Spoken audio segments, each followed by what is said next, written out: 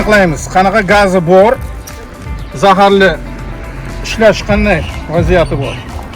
Gazi yo'q, mana содержание кислорода тоже 20% ko'rsatyapti mana bu yerda. Bemalol tushib ishlash.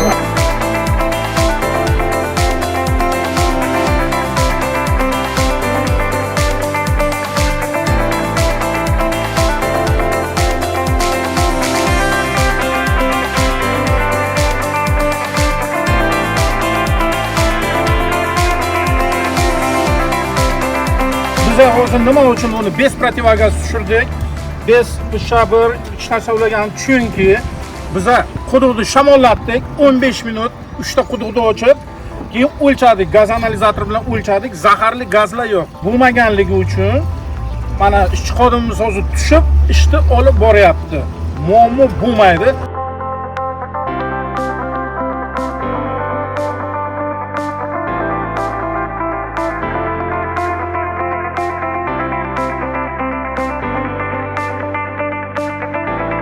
Mana hozir mana shu proses o'tkazildi, ko'rdinglar-da. Mana shu ishlash to'g'ri deyiladi. Lekin degan joyi bor. Agarda bu yerda gaz bo'lganda biza shamollataydik, yana bir o'lchaydik. Agar gaz bo'lganda o'sha protivagaz kiyib, mana PSH1 ni ulab, PSH1 ni ko'rsating. Mana PSH1 ni ulab, protivagazni kiyib ishni olib boradi. Gaz yo'q, 100% kislorod 29 ko'rsatyapti. Zaharli gazlarni aniqlanmadi. Shuning uchun yigitimiz eson-omon tushib, ishli vazifasini bajarib, yuqoriga chiqdi.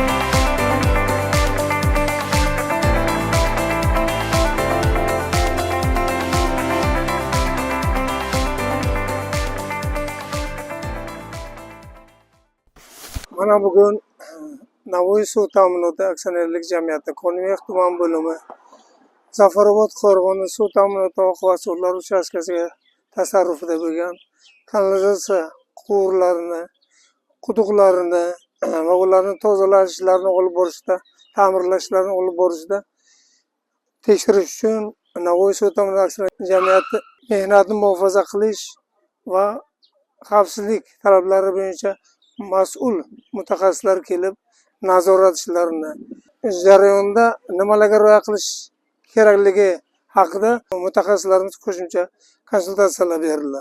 Ushbu tadbirdan ko'zlangan maqsad xavfsizlik talablariga ishchilar tomonidan to'liq rioya qilinishini, ular ko'nikma qilishi va o'ziga kerakli ma'lumotlarga ega bo'lishini ta'minlashdir.